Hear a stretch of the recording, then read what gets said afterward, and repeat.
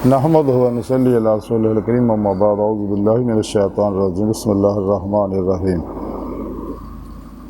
इन्ना फ़ी ज़ालिका लआयातिन लिल मुतवस्सिमीन सदक़ल्लाहु मौलाना अज़ीम व सदक़ रसूलुहुन नबियुल करीम ला इलाहा इल्लल्लाहु मुहम्मदुर रसूलुल्लाह कुर्रतैन बिका या रसूलल्लाह सल्लल्लाहु अलैहि व आलिहि वसल्लम।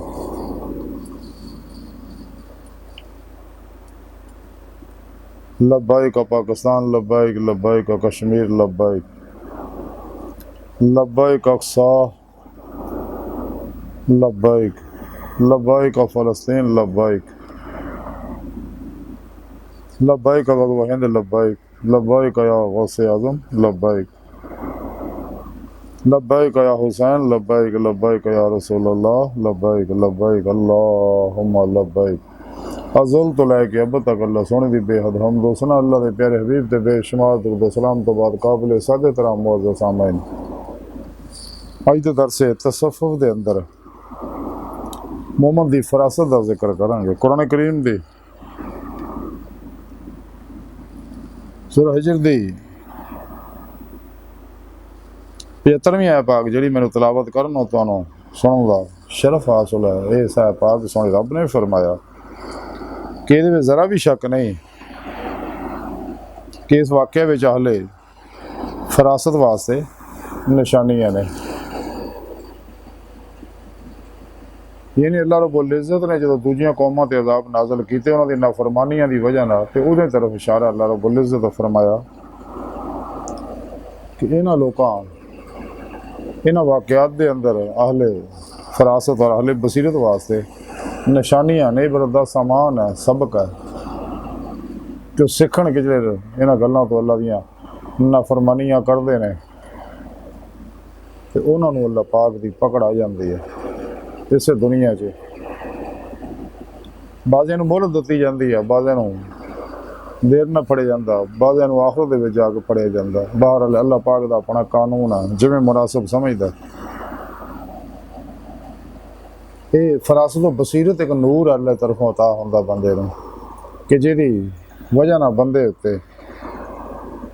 छुपियां चीज़ां, पोशीदा चीज़ां जड़ियां खुफिया गैब दियां चीज़ां मुनकशिफ हो जांदियां इल्हाम के जरिए या कशिफ के जरिए। इस वास्ते अल्लाह के प्यारे हबीब सल्लल्लाहु अलैहि वसल्लम फरमाया कि मोमन की फरासत तो डरो, वो अल्लाह के नूर ना देखता है।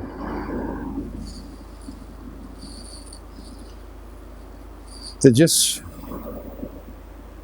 मोमन के अंदर जिन्ना अनवारात ज़्यादा हो जाते हैं, जिन्नी अल्लाह की मुहब्बत ज़्यादा होंदी है, जिन्ना वो इत्तबा रसूल च फना अख्तियार करता है, ਉਹਦੇ अंदर अनवारात आते हैं, अंदरों नैगेटिव जुलमाती मनफी एनर्जियाँ जड़ियाँ जुलमाती बदबूदार मुतफन जलदियाँ रहिंदियां ते नूर फरासत वह वधदा रहिंदा, अंदर नूर वधदा रहिंदा। ये सारी कायनात के अंदर ज़ाहरो बातन के अंदर इंसान के अंदर सारे नूर जुलमत का ही मामला है, नैगेटिव पॉजिटिव मनफी मस्बत है, गैर मरी लतीफ़ है, एनर्जियाँ वेव्स और शमा का ही मामला है।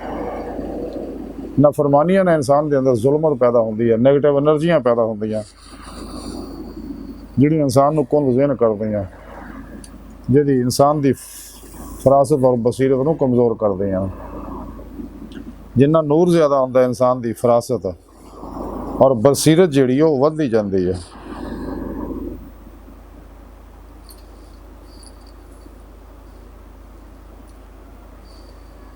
एक दफ़ा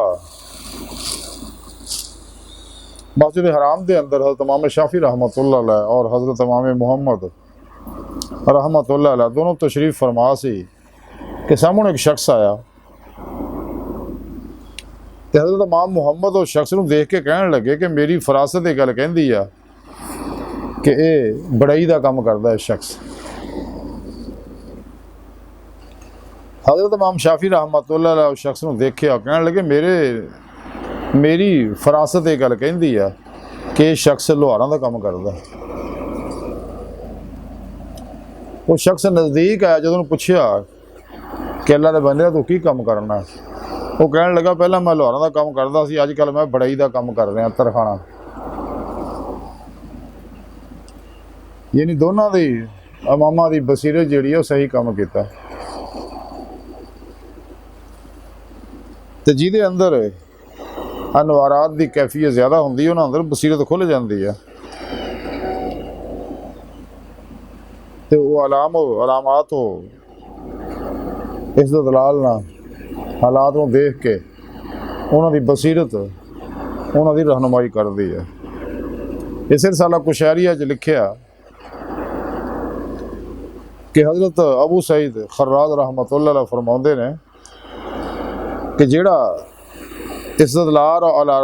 इस्तदलाल और इलामात के जरिए लोगों के दिलों की गल्लां नूं मालूम कर लैंदा, यानी उन्होंने कशफुल कलूब दी कैफियत भी हासिल हो जांदियां ने। जिहड़ा भी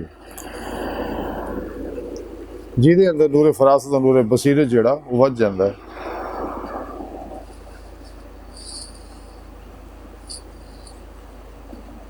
बहुत बड़े अल्लाह वाले इस रिसाला कुशैरी लिखिया, बहुत बड़े अल्लाह वाले हज़रत अबू कासम मनादी रहमतुल्लाह अलैह बीमार हो गए और ये निशापुर दे बुजुर्गों विचों बड़ी शान वाले बुजुर्ग सीगे।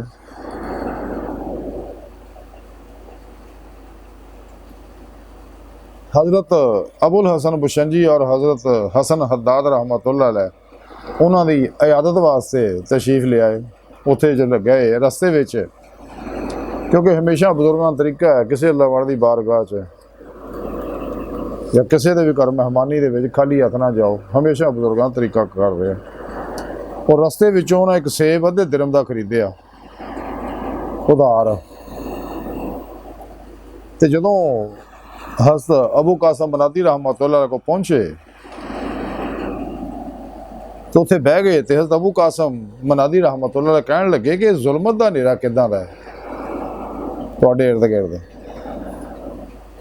वो दोनों खामोशी ना उठे और चले गए वापस, और सोचण लग गए भी ऐसी किहड़ी साडे कोल गलती हुई है जिहदे नाल साडे इर्द गिर्द जुल्मत के हाले बन गए। तो उन्हें आख्या शायद यार असीं कीमत नहीं दती है, उधार लैके आए हैं, शायद इहदी वजह नाल। वो गए जाके सेब वाले नूं कीमत दे के वापस आ गया। ते आप दी निगाह च दोनों दे पड़ी ते आप फरमान लगे एडी छेती जुल्मत किदां छण गई है, दूर हो गई है, निकल गई तुहाडे तो अलग किदां हो गई है। सही सही गल दसो की वजह है, जो तुसीं आए सी तुहाडे नाल जुल्मत सी हुण होया है नहीं। उन्हें सारा किस्सा सुनाता भी असीं इदां दा उधार लिया सगा, तो उसदी वजह नाल जुल्मत तुहानूं नज़र आई। इस रिसाला कुशैरिया च हज़रत हुसैन बिन मंसूर हल्लाज रहमतुल्लाह फरमाते जदों किसी दिल के उत्ते हक का गलबा हो जाता तो अल्लाह ताला उन्होंने असरार का मालक बना दिंदा है। चनाचे उन्होंने असरार का मुआयना करता है और उन्होंने खबर दिंदा है जिहड़ी आमा लोगों को खबर नहीं होंदी। लेकिन अहले बसीरत और अहले फरासत नूं अल्लाह पा के नेमत अता फरमांदा है। इस रिसाला कुशैरी लिखिया किसी सूफी को फरासत के मुतलक पूछया तो उन्हें फरमाया कि ये अरवाह ने जिहड़े आलम मलकूत दे विच घूमते रहंदे और गैब के अमूर तो बाखबर हो जाते हैं। चनाचे मखलूक के असरार इस तरह दसदे ने गोया उन्हों का मुशाहिदा कर रहे हैं और गुमान हो क्यास नाल नहीं दसदे, बल्कि वह इल्हाम मुशाहिदे नाल ही कैफियत दसदे ने। इस रिसाला कुशैरी लिखिया कि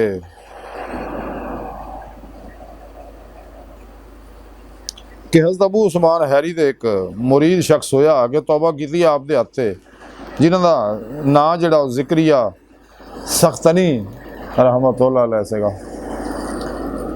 और ये बुजुर्ग जिहड़े हज़रत अबू उस्मान हैरी दे मुरीद होने तो पहला किसी औरत नाल दे नजायज़ ताल्लुकात सीगे। तौबा करन तो बाद फिर ताल्लुकात उन्हां छड्डते।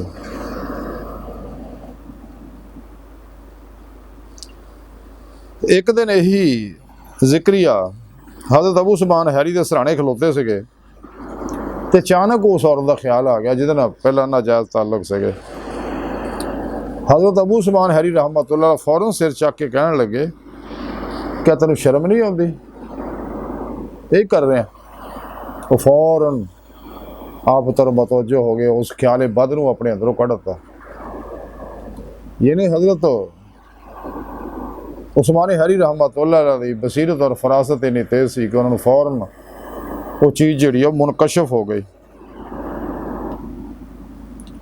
तो जिहड़ा शख्स भी नफ्से मारा जब निकल के नफ्से मारा मुतमइन्ना बना लैंदा, ला इलाहा दी नफी इल्लत दा सबात हासिल कर लैंदा, मासवा अल्लाह दे तमाम शैतानी निज़ामात दस्तूरां तो मुँह मोड़ के कुरान और सुन्नत दी रूह मुताबिक अमल करदा है। कल्बन नफ्स शैतान दुनिया के पुजारियां मासवा अल्लाह खल के इसबाब और बाब चो निकल जाता, और इदा निकलता कोशिश भी करे ख्याल ना हो। तो फिर दवाम जिक्र हुजूर और अमले कुरान और सुन्नत ना, दुरूद पाक दी कसरत ना, तौबा व इस्तगफार ना, खिदमत खल्क दे अनवारात ना, ਉਹਦਾ अंदर रंगीन हो जाता, ਉਹਦੀ फरासत और बसीरत ਜਿਹੜੀ ਉਹ ਵੱਧ ਜਾਂਦੀ है। ये चीज़ां ਜਿਹੜੀਆਂ ਉਹਨੂੰ फिर मुनकशिफ होने लग पैंदियां कशफो इल्हाम के जरिए अल्लाह सोने दे अता करदा नूर ना। तां ही अल्लाह के प्यारे हबीब ने फरमाया मोमन की फरासत तो डरो, अल्लाह के नूर ना देखदा है। इस वास्ते अल्लाह वाले फरमाते हैं कि उलमा की मजलिस के अंदर ज़ुबान नूं काबू रखो, लेकिन अल्लाह वालियां दी महफिल के अंदर दिल नूं काबू च रखो कि दिल च किसी भी गैर का ख्याल ना आए। अज की सारी गुफ्तगू का खुलासा यही है कि अल्लाह रसूल के प्रोग्रामां ते अमल करना, अल्लाह रब्बुल इज़्ज़त की सच्ची मुहब्बत ना, अल्लाह के प्यारे हबीब सल्लल्लाहु अलैहि वसल्लम की सच्ची मुहब्बत ना, आतिउल्लाह आति रसूल ना कल्बन अमल करना, इंसान के अंदर ये अनवारात अंदर बढ़ते हैं तो इनू नूरे फरासत और नूरे बसीरत हासिल हो जाता है, जिहदे नाल गैब दी चीज़ां इंसान के उत्ते मुनकशिफ हो जांदियां। ते अल्लाह सोने दी बारगाह दिल दी गहराइयां जो दुआ है कि अल्लाह सोनिया अपने प्यारे हबीब सल्लल्लाहु अलैहि वसल्लम दा सदका अस्ता बड़े हकीर पर तकसीर माड़े कमज़ोर कामिल माजिज़ मस्कीन बेसहारा इंसान है। साहब फिर पेशवा दे तेरे प्यारे हबीब सल्लल्लाहु अलैहि वसल्लम दे तेरी सोहनी पाक ज़ात दे मौला सोने साडा कोई सारा न सानू दुनिया कबर और आखिरत सारा तौफ़ फरमाए, और असी बसीरत अता फरमाए जिहदे नाल असी गुनाह तो बचिए,